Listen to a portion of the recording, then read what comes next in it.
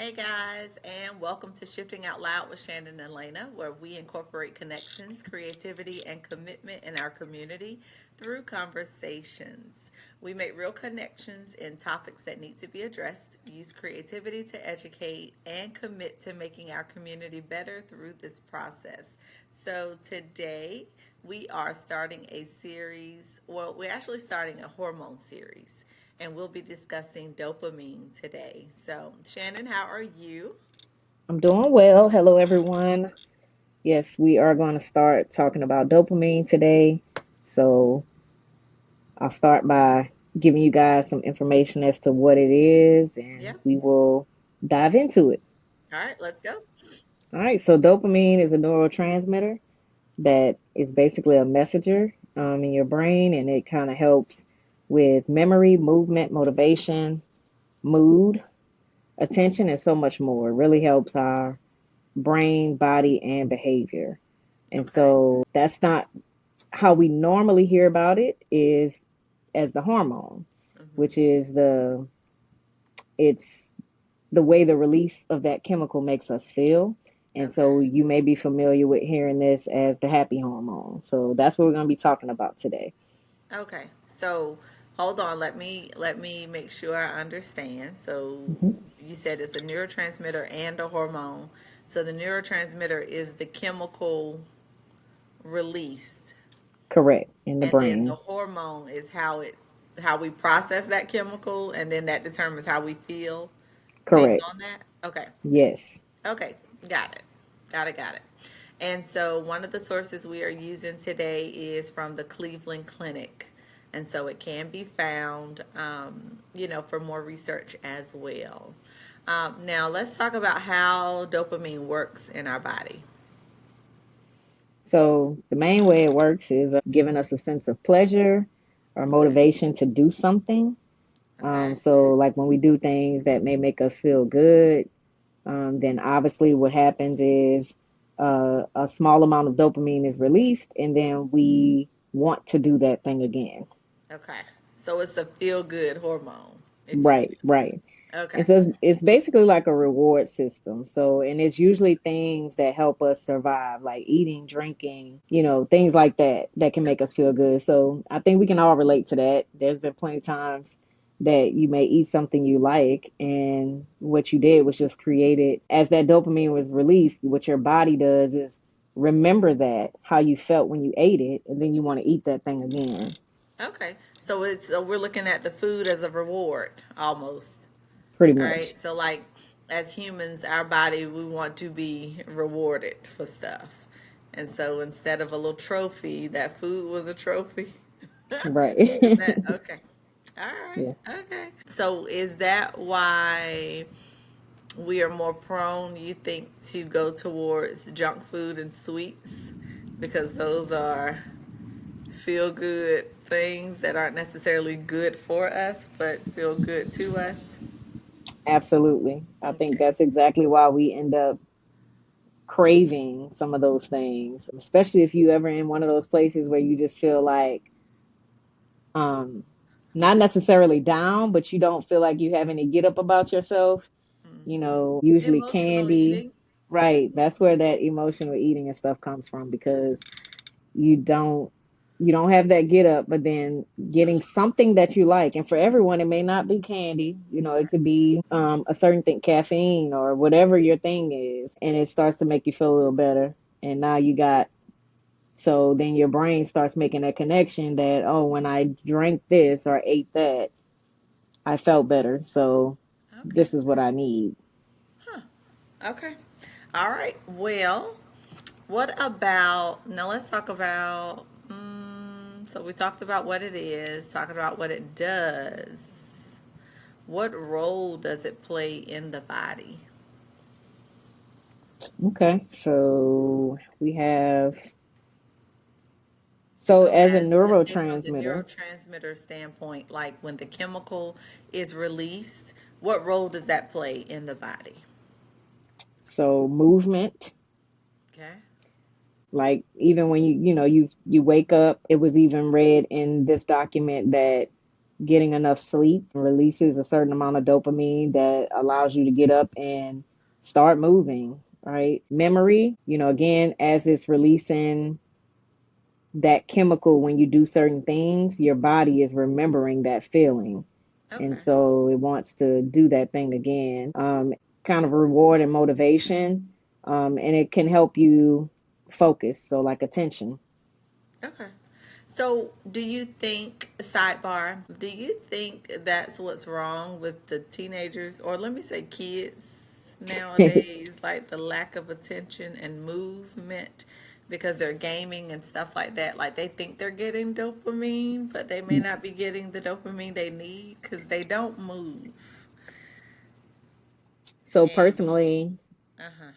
I think, yes. I think the good feeling they get when they're playing these video games or scrolling, even us adults too, on social media, the Doom feeling we scrolling. get when we're doing this thing, as that dopamine is released, what's happening is, and this could be the con of it too. While dopamine can be a pro, it can be a con too. So, because again, when you like something, you want to do it, and it can lead to you excessively doing things that make you kind of slack in other areas or ignore other things that are important because you are feeding off of the pleasure you're getting just from gaming, scrolling, or whatever it may be.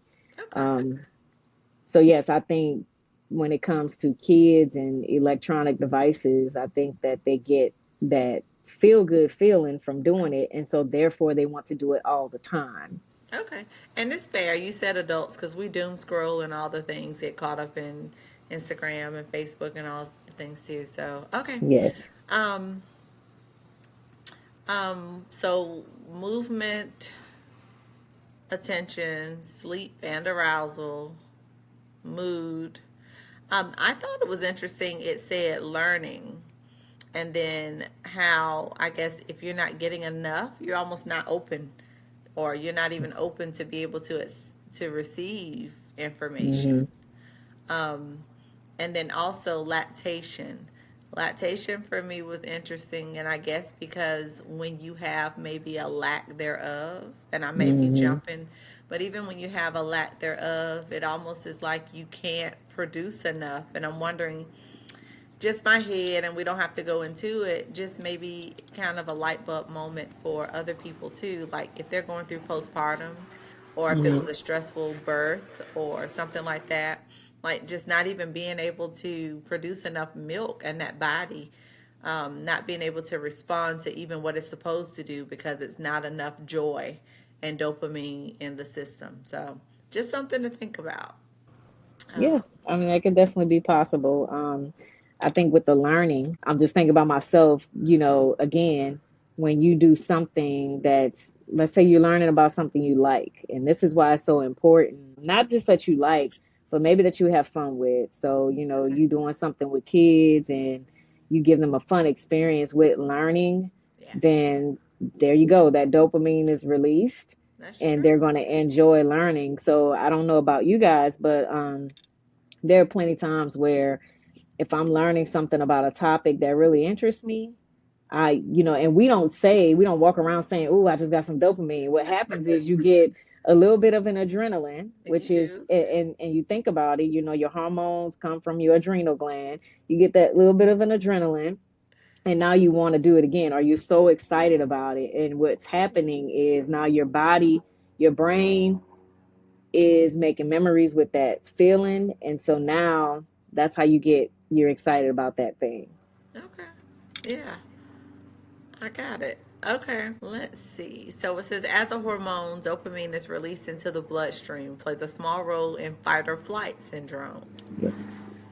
Refers to the body's response to a perceived or real stressful situation, such as needing to escape danger. It also, I found interesting, causes blood vessels to relax at low doses, so it acts as a vasodilator or constrict at high doses. It acts Yeah. as a vasoconstrictor. So it's just funny how the body naturally knows how to respond and what to do, it depending on the situation. Another thing was increasing salt intake and urine removal from the body. So a lot of times we're in this whole crazed moment of unhealthy food and things like that, but I think we're getting away from iodized salt.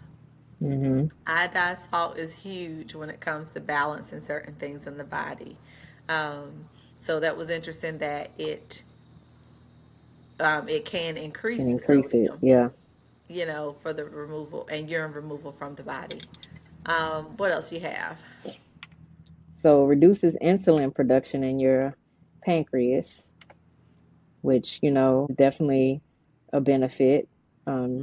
for those that are struggling with blood sugar levels and stuff. And Hmm. then slows gastrointestinal content movement and protects your GI lining. Like, I would have never connected the two at all. Also reduces lymphocyte activity in your immune system. So, I mean, this hormone can help you in some health ways as well as just motivation, mood, just rewarding stuff. But just goes to show you how much one thing can affect multiple things in Hmm. your body and your brain. Yeah. When it comes down to when you said slows GI gut content, I feel like I'm thinking. I hope I'm right. It's almost like if you maybe are in a slump or don't have enough, like the food doesn't digest, it just kind of sits there, you know, just kind of sits there. And then the next thing with the reducing lymphocytes, it definitely will play a role in the immunity in your immune system. Um, Not having enough, you might not be able to fight things off as easy. So, all right. Yeah. So now we're going to go into, since we're talking about happy hormone and what we should feel like, if you have the right balance of dopamine, how should you feel based on this So, research? so from all the information we gathered, having the right balance of dopamine, you'll feel happy, motivated, alert, and focused, which is mostly what what we want. So we want to, Yeah. feel that. So that right there is a motivation in itself for me to make sure I have the right balance because Yes. I need to be motivated. I want to be alert and focused, and who don't want to be happy? So Right. um, that is a motivation right there. To let's figure out how I get the right balance here. After all, it is the happy hormone, right? Right. All right. What? And then, so now let's talk about, we're going to talk about if we had low dopamine, how we might feel. And so, of course, it would be some of the opposite. We're going to be Correct. tired, Hmm. unmotivated, and unhappy.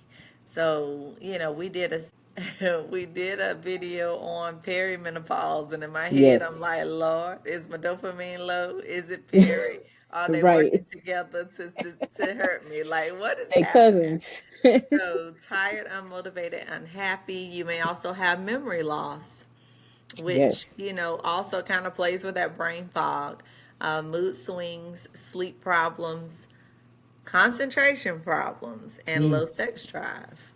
Like, does right. that not correlate? But we're going to It leave it correlates there. with a lot. We'll Yes. play in it. Definitely closely related to one of our other videos on perimenopause. So Go you check see that how out. those symptoms can they cross They are. They're sometimes. correlating. They're crossing borders. I think But they're it working together.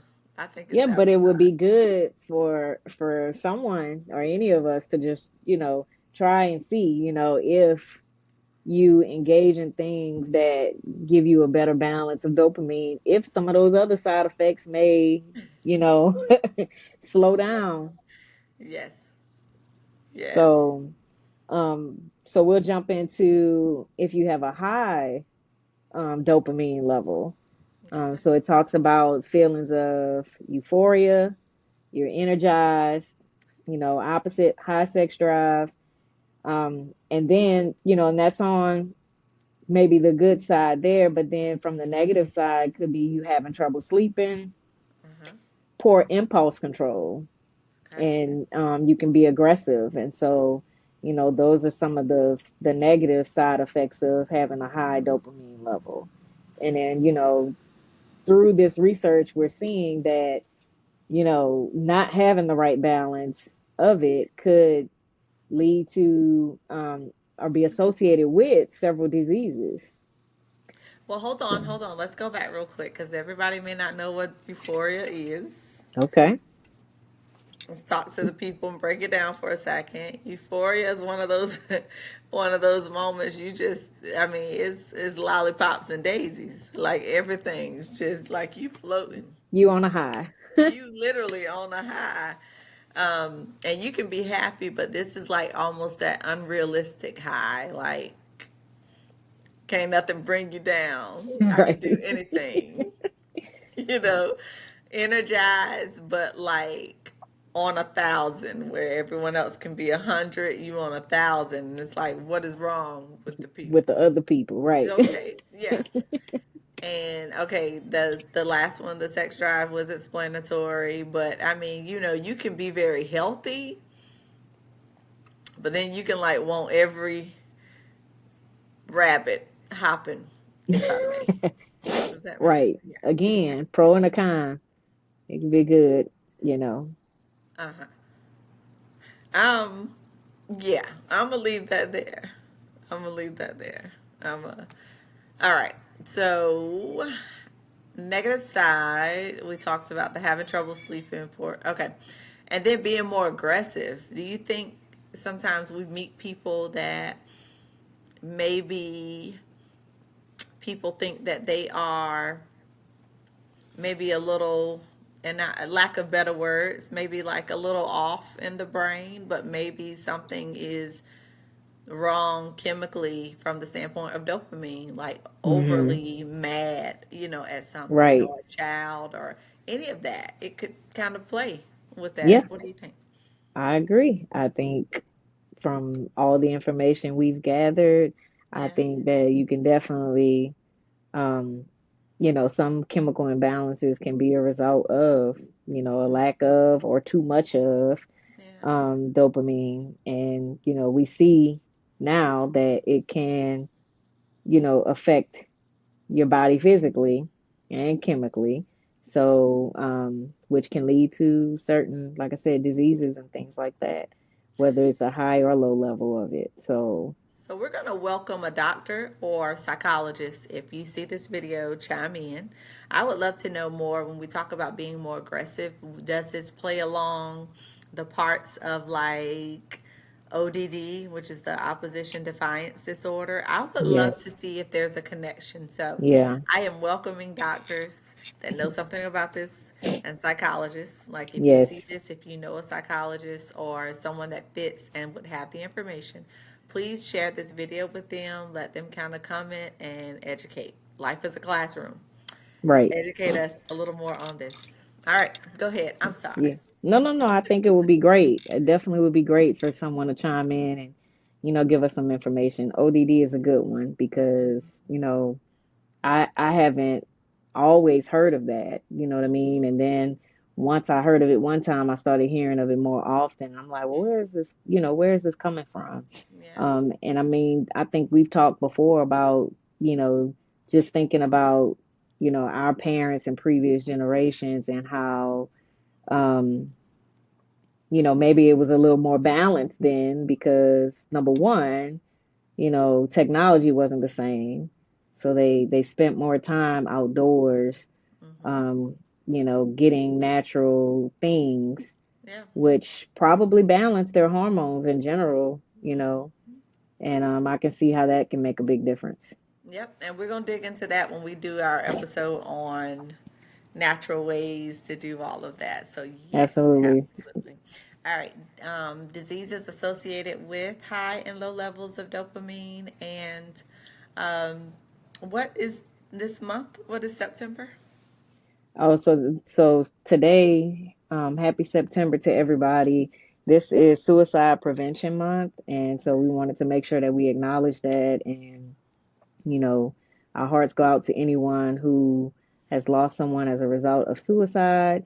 But we also wanted to just kind of, mention that sometimes some of the things that we're talking about here could possibly be a help to someone who may be in a situation of um, having thoughts of suicide. Sometimes it could be that maybe hormones are off and we don't even know. So Mm-hmm. we just want to bring awareness and, um, you know, just open people's minds to considering that there are natural things and our bodies are supposed to work a certain way. Yeah. And honestly, if we care for our bodies the way we're supposed to, it will, most of the time manage itself. But if we are not aware of some of the things that we can do and the roles that these things play in our body, then it makes it a little bit more difficult. So we just want to put that out there. Absolutely. And I will also piggyback off that with if you've ever considered suicide or even thought about suicide or attempted it, we're still so glad you're here. There is a purpose for you, and we want you to live it out. So stay with us. All right. All right. And speaking on that and going towards that, diseases associated with it, one of the biggest ones that I found was interesting was schizophrenia. Yeah, Schizophrenia can possibly be caused by having too much dopamine in certain areas of the brain, delusions and hallucinations.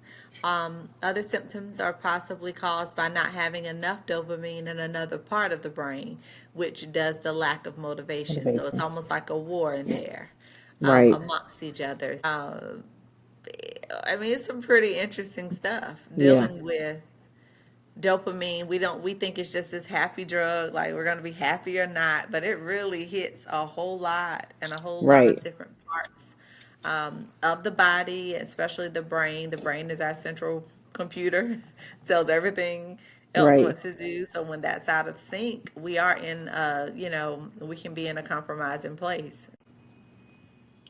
All right, so let's talk about diseases associated with low levels of dopamine. So Okay. the first one we have is ADHD. What are your thoughts about that? So what is ADHD? So ADHD is an attention deficit disorder that causes symptoms like difficulty focusing, trouble sitting still, Okay. impulsive behaviors, things like that. So, how Okay. do you feel like that associates with low levels of dopamine? So, from my understanding, and people I've been around that have kids or Yes, dealing with ADHD, when it is because it's low, the reason they are so impulsive and on things like tablets and games is because it's low and it's a constant need to feed themselves dopamine. And so that trouble sitting is like, I need something, I need the next fix, I need the next fix. right. That's where that's coming from, That makes sense.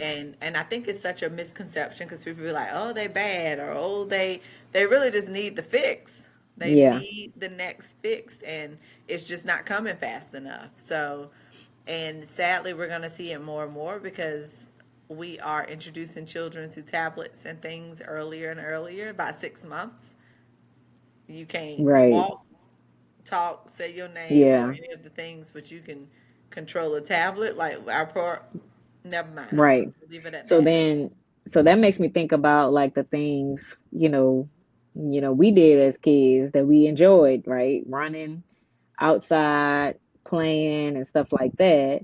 More social interaction, right? Because that's Yes. not as prevalent today either because of the tablets and stuff. Yes. We got dopamine, I think, I shouldn't say the correct way, but in a healthier way. Yes. We were fed our dopamine to where there's natural um, social bonding to get Mm-hmm. that fix versus Yeah. VR and alternate Right. And reality fixes. and real play instead of like you said, virtual stuff, Yeah. right?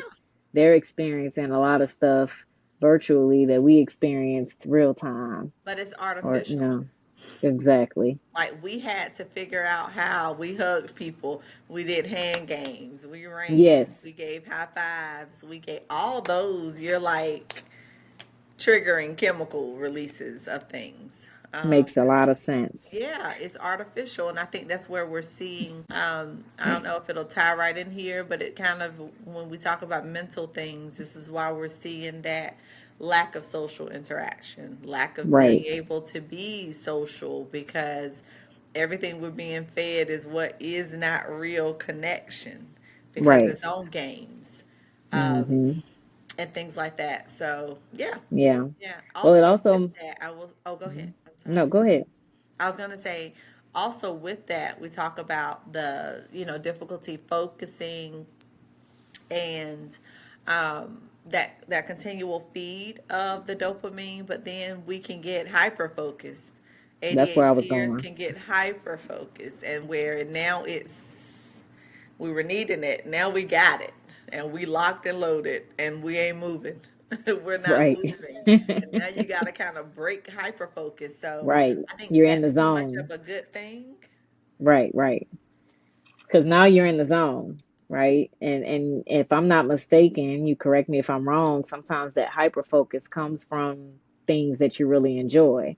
So now Hmm. that makes sense as why you're getting a dopamine boost, because you're doing something you really enjoy versus, you know, what you may not enjoy so much. But is it always, I mean, I guess, but is it always that you enjoy it? I'm wondering, is doom scrolling hyper focus? Because we're doing it, we're getting that dopamine fix with the short little videos, but we just Yeah. keep going. Right, right. And we might want to break, but we can't because Again, we're it locked yeah, in. so right. Yeah. I think at that point your brain's probably already released a little bit of dopamine and then made the connection to that, oh, that felt good, and you just Yeah. keep doing it and then you kind of get stuck. Yeah. So, And I think social yeah. media is strategic that way, Yeah. because a lot of people do it. And then it's funny because, sidebar, the people that created this stuff, their kids aren't really on it, but that's neither here nor there. We're going to keep on moving. So let's talk about Parkinson's disease, which is the loss of dopamine responsible for the movement symptoms seen in people with that, include the tremors.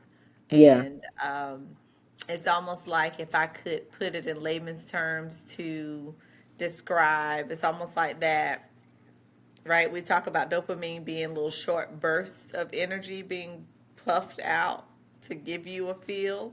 But it's Mhm. almost like Parkinson's, you're not getting those firing of those neurons. And so, Yes. like the tremors in my head, and I may be totally wrong, but I like to have stuff that makes sense. Like the firing of it is almost like spark plugs. I think spark plugs, where they're like trying to Mhm. fire off, but it's just not connecting Mhm. totally and enough. And so you get that stiffness, you get those tremors and shakes from that. So, Okay. So yeah. what about restless leg syndrome? I know I actually experienced this myself, so I found it very interesting to see that on the list as it could be associated with low levels of dopamine. Hmm. What are your thoughts on that one?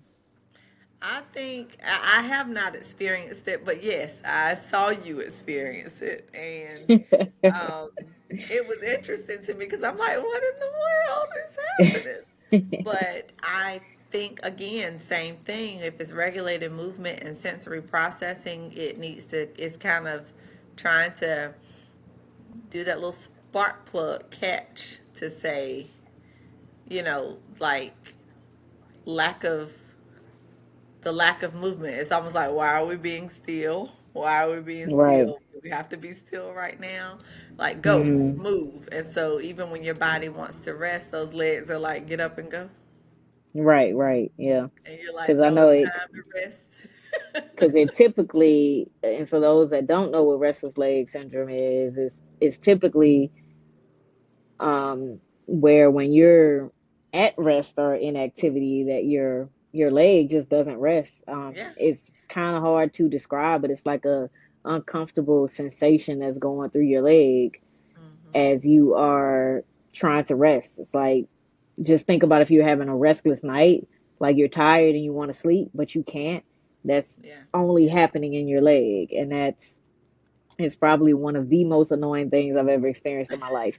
But I thought it was interesting to see that there was some association with low levels of dopamine on there. So Hmm. I Yeah. think so. We have just a few here on diseases that are associated with high levels of dopamine. Okay. Um, First one being mania. So, what's your take? Mania can go both ways. Like it can be positive, it can be negative. Mania can be you walking around mad, angry, and may want to hurt somebody or just being in this whole angry state. It also could show itself in a happy, if you will, state, and that would come from things like maybe an unprepared or unplanned shopping spree, and you're buying stuff you shouldn't be buying. It just feels right. That's a happy mania. Eating, just eating, and I guess that goes into like obesity. Just eating because that is your Right. drug of choice, if you will, right? Uncontrollable. Uncontrollable, right? Uncontrollable Like, eating. yeah. Yeah. You're not even hungry. It just is a thing that makes you feel good. So it goes back to that emotional eating that we were talking about. And then Hmm. I think if you want to add on maybe about addictions, what do you Yeah. say? So with addictions, I can see that it makes sense to me because when you're talking about high levels of dopamine, right? Again, we talked about dopamine being something that, your brain and your body associate a specific thing with being pleasurable, right? So then you want to do it more. And so the bad side of that is it can become very excessive, which can lead to an addiction. Hmm. And then the more you get that feeling, the more you want of that feeling. So then you keep going back. But over time, you know, you start looking for other ways, or you start progressing like, oh, well, it didn't feel as good as it did the first time. Maybe I need to add this or that. And it can be That's true. addiction when it comes to, again, food. It could be drugs. It could be sex. It could be shopping. Shopping. It could be Yeah. anything that you just Uh-huh. are excessively, again, it's in an uncontrollable manner. So don't want anybody to think that because they enjoy doing a thing and that they do it often, that that's what we're saying here. But this is to a point where it's out of control, out of your control. You don't even, There you go. like, it takes Yeah. outside sources for you to snap in because you Yeah. can't stop. So, And I like that point that you gave because I think when we think addiction, we automatically put this whole stigma around drugs. And it's not hmm, just drugs. It's like you right. said, alcohol, it's shopping, it's eating. Those are all addictions. You can be Yes. addicted to all the things. So, Yeah. um, even people that are even sex. You know what I Hmm. mean? Like you just can't have one partner. You can't have two. You Right. can't have three. Like that's a whole dangerous game, and that's in mania too. You Yes. just can't get a fix. Right. Right. Or just So being yeah, insatiable. Like, no matter how much you do it, you're not satisfied enough that you got to keep going back. You got to keep, yeah, and unsafe. so, That's unsafe. right. So all right, those are dealing with high and low levels of diseases. I'm sorry, associated with uh, different levels of dopamine. Yes. Yep. All right. Let's see. Yep, this concludes the first part of dopamine. We're going to come back and do another part as far as we're going to do a part two dealing with now we know what it is, we know what it does, we know what it can do in the body, and then we're coming back to talk about how we can kind of balance those things out naturally, right? So join us for part two. And please like, share, comment, subscribe, hit the button. And other than that, we will see you next time. All right. Have an amazing day. Take care. Thanks for watching.